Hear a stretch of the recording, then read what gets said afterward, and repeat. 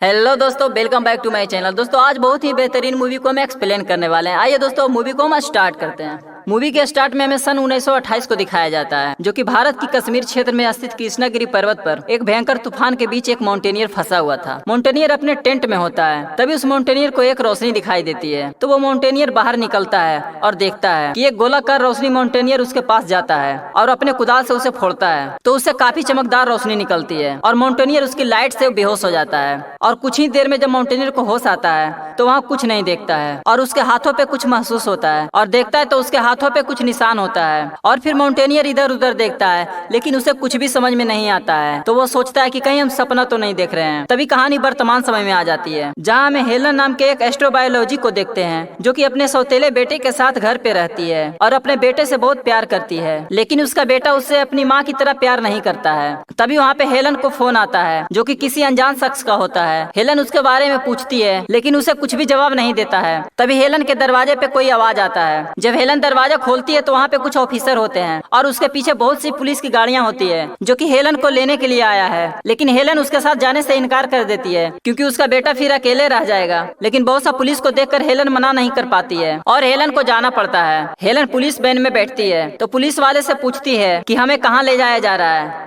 तो पुलिस वाले बोलते हैं जाने के बाद सारे सवालों का जवाब मिल जाएगा। तभी एक पुलिस वाले बोल देता है कि दुनिया खतरे में है। तभी हेलन नासा के रिसर्च सेंटर पहुंच जाती है, जहां बहुत सा साइंटिस्ट आए हुए होते हैं। और यहीं पे हेलन का दोस्त माइकल भी मिल जाता है, जो कि नासा में ही काम करता है, क्योंकि माइकल के ही कहने पे हेलन को यहाँ लाया गया था। तभी अगले ही सीन में दिखाया जाता है कि सभी साइंटिस्ट एक हॉल में बैठे हुए हैं, जहाँ उन्हें बताया जाता है जुपिटर के ऑर्बिट पर एक ऑब्जेक्ट को देखा गया है, जो की बहुत तेजी से पृथ्वी की ओर आ रहा है। इसकी स्पीड 30,000 किलोमीटर प्रति सेकेंड है, और अगर यही स्पीड से पृथ्वी से टकरा गया तो पृथ्वी से इंसान का नामो निशान मिट जाएगा। ये बात सुनकर सभी साइंटिस्ट बहुत ही ज्यादा परेशान हो जाते हैं। और सभी के लिए परेशानी की बात ये भी थी कि ऑब्जेक्ट को मिसाइल से भी नहीं रोका जा सकता है, क्योंकि इनकी स्पीड बहुत ही ज्यादा थी। अब हमें दूसरे सीन में दिखाते हैं हेलन को अपने बेटे से बात करते हुए, और उससे कहती है आज उसे बेसमेंट में सोना होगा, क्योंकि आज बहुत ही बुरा तूफान आने वाला है। और हेलन बाथरूम में बात कर रही है। बाथरूम में इसलिए बात करती है क्योंकि वहाँ सेलफोन और मोबाइल ले जाना मना था। लेकिन हेलन अपने बेटे से बात करने के लिए चुपके से मोबाइल वहाँ लेकर पहुँच जाती, क्योंकि वहाँ फोन ले जाने की अनुमति नहीं थी। अब अगले सीन में हम सभी साइंटिस्ट को नासा के एक प्लेन में देखते हैं। सभी साइंटिस्ट प्लेन से उस ऑब्जेक्ट को देख रहे होते हैं, और जब वो ऑब्जेक्ट पृथ्वी के कक्षा में प्रवेश करती है तो उसकी रफ्तार कम हो जाती है, और कुछ ही देर में वो ऑब्जेक्ट मेडहेडन शहर के मैदान में आकर उतरती है, जो कि काफी चमकदार होता है। रोशनी सूरज की भांति चमक रही थी, और ये ऑब्जेक्ट उल्का पिंड भी नहीं होता है, ये एक एलियन शिप होता है। तभी धीरे धीरे सभी वैज्ञानिक उसके तरफ बढ़ना शुरू कर देते हैं। तभी उससे काफी तेज रोशनी निकलती है, और कुछ ही पलों के बाद एक एलियन बाहर निकलता है, और हेलन एलियन की तरफ आगे बढ़ती है और अपना हाथ आगे बढ़ाती है, और एलियन भी अपना हाथ आगे बढ़ाता है। इससे पहले कि दोनों हाथ मिला पाते तभी एक मिलिट्री एलियन को गोली मार देता है, और हेलन चिल्लाकर कहती है एम्बुलेंस को बुलाओ, हमें मदद की जरूरत है। इससे पहले कि एम्बुलेंस आती तभी एलियन शिप से बहुत ही विशाल रोबोट निकलता है, और उसके चेहरे से एक रोशनी निकलती है। उसके वजह से सारे सिस्टम बंद हो जाते हैं, सारी लाइट बंद हो जाती है। इसके बाद रोबोट बहुत ही तेज आवाज निकालता है, जो कि इंसानी कान सुन नहीं सकते हैं, इसलिए सभी के सभी जमीन पे गिरना शुरू हो जाते हैं। रोबोट जैसे ही कदम आगे बढ़ाता है, वैसे ही रोबोट का नजर हेलन पे पड़ता है। ये रोबोट हेलन को मारने ही वाला होता है। तभी एलियन उसे मना कर, क्योंकि एलियन को लगता है कि ये हमें मदद करेगी। इसके बाद एलियन को ऑपरेशन थिएटर में ले जाया जाता है, जहाँ पर उसके शरीर से गोली निकालने के लिए एक चीरा लगाया जाता है, और डॉक्टर गोली निकाल देता है। अब उसका शरीर अपने आप झरना शुरू हो जाता है। अब कुछ ही देर बाद हम देखते हैं कि उसकी पूरी शरीर की ऊपरी परत निकल चुकी है। अब हम देखते हैं कि एलियन हूबहू इंसान की तरफ दिख रहा है। अब डॉक्टर उसका डीएनए चेक करता है, और उसके शरीर में 3 डीएनए होता है, जो कि एक इंसान का होता है। तभी सभी समझ जाते हैं कि एलियन पहले भी धरती पे आ चुकी है और अपने साथ इंसान का डीएनए ले गया होगा। इस कहानी की स्टार्ट में जो माउंटेनियर के हाथ में निशान होता है, दरअसल उसी समय इंसान का डीएनए को ले जाता है, और ये जो एलियन होता है हूबहू उसी का हम शकल होता है। हेलन के मुताबिक एलियन के चारों तरफ कवच था, उसे बनाया गया था। जिस तरह से माँ के कोख से बच्चा पैदा होता है, उसी तरह से वातावरण में एलियन भी पैदा हुआ था, ताकि इस धरती का वातावरण में वो सांस ले सके। अब एलियन जो पूरी तरह से इंसान रूप में है और इसे होश आ जाता है। हेलन उससे बात करती है, और एलियन हेलन के बातों को जवाब देता है। वो हेलन को बताता है कि वो धरती को बचाने के लिए आया है। तभी वहाँ पे यूएस की डिफेंस मिनिस्टर आ जाती है और कहती है एलियन हमारी धरती के लिए खतरा हो सकता है, क्योंकि इनकी हमारी धरती पे आने से सारी सैटेलाइट बंद हो गई है, हम किसी के साथ भी कम्युनिकेशन नहीं कर सकते हैं। तो एलियन कहता है कि हम धरती के लीडर से बात करना चाहते हैं। तो डिफेंस मिनिस्टर उसकी बातों को नहीं सुनती है और वो अपने साथ ले जाती है पूछताछ के लिए। तभी एक ऑफिसर पूछता है एलियन एलियन से कि पृथ्वी पे हमला होने वाला है, तो एलियन कुछ भी नहीं बोलता है और उसे अपने बस में कर लेता है वो अपने शक्ति से, और वो अपने शक्ति का इस्तेमाल करके वहाँ से निकल जाता है और बहुत ही जल्द पूरी दुनिया में छोटे छोटे एलियन शिप उतरना शुरू हो जाता है। तभी एलियन एयरपोर्ट पे पहुंच जाता है जहाँ पे उसकी तबीयत खराब होने लगती है। तो एलियन हेलन को कॉल करता है क्योंकि वो जानता था कि हेलन ही उसे मदद कर सकती है। तभी हेलन जैसे तैसे अपने बेटे के साथ एयरपोर्ट पे पहुंच जाती है और एलियन के पास जाती है और एलियन को दवा लगाती है जिससे एलियन ठीक हो जाता है और वो दवा एलियन का ही होता है। अब उस एलियन को हम किसी बूढ़े आदमी के साथ देखते हैं जो कि किसी रेस्टोरेंट में बैठा हुआ है। इनकी बातों से ये लगता है कि बहुत पुरानी जान पहचान है क्योंकि ये आदमी भी एलियन ही होता है जो कि 70 साल पहले इस धरती पर आया था। और उस बूढ़े एलियन बताता है कि इंसान इस धरती को तबाह कर रहे हैं, ये बात इंसान को भी पता है, फिर भी वो ऐसा कर रहे हैं। तभी एलियन उस बूढ़े एलियन को यहाँ से जाने को कहता है कि हम आपको वापस लेने आए हैं। तभी बूढ़े एलियन कहता है इंसानों में एक अद्भुत अच्छाई भी है और वो है प्यार, जो कि एक दूसरे से दूर नहीं जाने देते हैं। तभी यहाँ पे सीन चेंज होता है। अब हम एलियन को एक नदी के किनारे देखते हैं जहाँ एक एलियन शिप आता है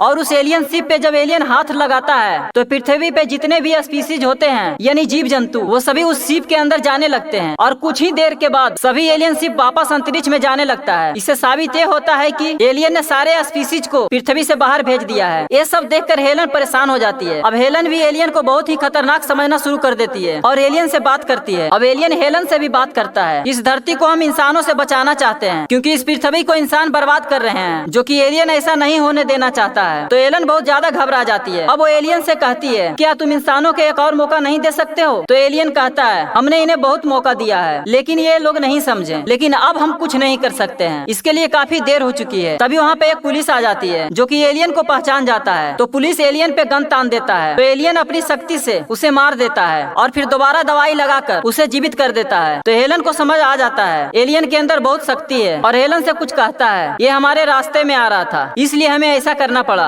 अब वो बिल्कुल ठीक है। अब हेलन एलियन से रिक्वेस्ट करती है कि तुम्हें इंसानों को एक और मौका जरूर देना चाहिए। तभी एलियन कहता है कि याद है कि तुम्हें मैंने क्या कहा था कि धरती के लीडर से हमें एक बार मिलाओ, धरती के लीडर से हम एक बार मिलना चाहते हैं, लेकिन ऐसा नहीं हुआ। पर अब कुछ भी नहीं हो सकता है। अब यहीं पे सीन चेंज होता है। अब हमें दूसरे सीन में देखते हैं कि हेलन और एलियन एक प्रोफेसर के घर पे है। वहीं बोर्ड पे एक मैथ की ऐसी प्रॉब्लम लिखी होती है कि इंसान इसे कभी भी सोल्व नहीं कर पाया। तभी एलियन चंद सेकेंडों में ही उसे सोल्व कर देते हैं और प्रोफेसर देखकर काफी हैरान हो जाता है, लेकिन प्रोफेसर इसे इम्पॉसिबल करा देता है। तो एलियन उसे फिर से सोल्व कर देता है और एलियन प्रोफेसर से कहता है हमारा भी प्लेनेट खत्म होने वाला था, हमें अपना हर लाइफ स्टाइल को चेंज करना पड़ा। तो प्रोफेसर कहता है तुम्हारी जनरेशन खत्म होने वाला था, तुम्हें पता चला और तुम लोग इकट्ठे हो गए, लेकिन हमें कुछ भी पता नहीं चला, तो कैसे क्या कर सकते थे। लेकिन जब इंसान को ये बात पता लगेगा कि उसकी पृथ्वी खत्म होना है, वो भी इसे बचाने के लिए बहुत कुछ कर देंगे। तभी हम देखते हैं कि हेलन का बेटा जग जाता है जो कि एलियन को पसंद नहीं करता था क्योंकि उसे पता है कि एलियन उसे नुकसान पहुंचाने वाला है और उसकी माँ उसे हेल्प कर रही है। टीवी पे एलियन का फोटो दिखाया जाता है तो हेलन का बेटा पुलिस को कॉल कर देता है और ये बता देता है कि एलियन मेरे घर पे है। तभी वहाँ पे हेलीकॉप्टर आ जाता है जो कि आर्मी का होता है। तभी हेलन और एलियन और उसका बेटा वहाँ से तीनों जंगल की ओर भाग जाते हैं। तभी एक आर्मी हेलन को उठा लेता है तो एलियन उस हेलीकॉप्टर को अपने शक्ति से एक दूसरे में टकरा देता है और जब हेलन का बेटा नदी में गिरने वाला होता है तो उसे एलियन बचा लेता है। अब दूसरे सीन में दिखाते हैं कि आर्मी अपने फाइटर प्लेन से हमला कर देती है, लेकिन उस रोबोट पे कोई असर नहीं होता है। रोबोट उल्टा उसी के टैंक पे फाइटर प्लेन से हमला करा देता है। तभी नासा के साइंटिस्ट सभी एक प्लान बनाते हैं, उस रोबोट को बहुत ही मजबूती से बने हुए धातु की टैंक में कैद कर देते हैं और उन्हें ब्लास्ट कर देते हैं, लेकिन रोबोट को कुछ नहीं होता है और रोबोट छोटे छोटे इंसेक्ट में कन्वर्ट हो जाता है और सभी इंसेक्ट वहाँ से बाहर निकल जाता है। ये इंसेक्ट इतने खतरनाक होते हैं कि इनके रास्ते में जो भी आता है उसे धूल में मिला देता है। तभी ऐसा लगता है कि एलियन इसी तरह से इंसानों को पृथ्वी से खत्म करना चाहता है। तभी दूसरी तरफ एलियन और हेलन के बेटे को दिखाया जाता है। हेलन का बेटा फोन लगाता है लेकिन फोन खराब होता है तो एलियन उसे तुरंत ही ठीक कर देता है अपनी शक्ति से। तभी हेलन का बेटा हेलन के पास कॉल करता है और उससे उस जगह पे बुलाता है जहाँ उसके पिता का कब्र होता है। अब एलियन और हेलन का बेटा दोनों उस जगह पे पहुँच जाता है और हेलन के बेटे ने उस दिन देखा था कि कैसे उस आदमी को एलियन ने जिंदा किया था। एलियन से कहता है कि उसी तरह मेरे पिता को भी जिंदा कर दो। तो एलियन कहता है डिकम्पोज चीजों को हम जिंदा नहीं कर सकते हैं, ऐसे भी इस दुनिया में कोई भी चीज खत्म नहीं होता है, वो दूसरे रूप में आ जाती है। तो हेलन का बेटा कहता है कि मेरे पिता मुझे छोड़कर चले गए, मैं इस दुनिया में अकेला हो गया हूँ, और वो बहुत रोने लगता है। पर तभी वहाँ पे हेलन आ जाती है, वो अपने बेटे को गले लगाकर वो भी रोने लगती है और कहती है मैं भी तुम्हारे पिता को बहुत याद करती हूँ, पर हम सच को नहीं बदल सकते हैं, मुझे तुम्हारे अंदर तुम्हारे पिता की परछाई दिखती है। तभी हेलन का बेटा दोबारा रोते हुए अपनी माँ की गले लग जाता है और कहता है मुझे माफ कर दो मॉम। ये सब देखकर एलियन हैरान हो जाता है और हेलन से कहता है मैं इंसानों की इस पहलू को नहीं जानता था। तभी हेलन कहती है इंसानों को बस एक मौकों की जरूरत है। तभी आसमान में देखते हैं उन इंसेक्ट को जो कि रोबोट से कन्वर्ट हुआ था। तो हेलन कहती है क्या इंसानों का अंत इसी तरह से होगा? तो एलियन कहता है हाँ। हेलन कहती है क्या इसे रोका नहीं जा सकता है? एलियन कहता है हाँ, लेकिन इसके लिए कीमत चुकानी पड़ेगी। हमें सेंट्रल पार्क जाना होगा जहाँ पे हम उतरे थे। तभी सभी वहाँ पहुँच जाते हैं और देखते हैं कि अब इंसेक्ट की मात्रा काफी बढ़ चुकी है। अब एलियन और हेलन साथ में उसका बेटा तीनों अब एक सुरक्षित जगह पे पहुँच जाते हैं। तभी हेलन देखती है कि उसके बेटे के नाक से खून गिर रहा है और कुछ ही सेकेंड बाद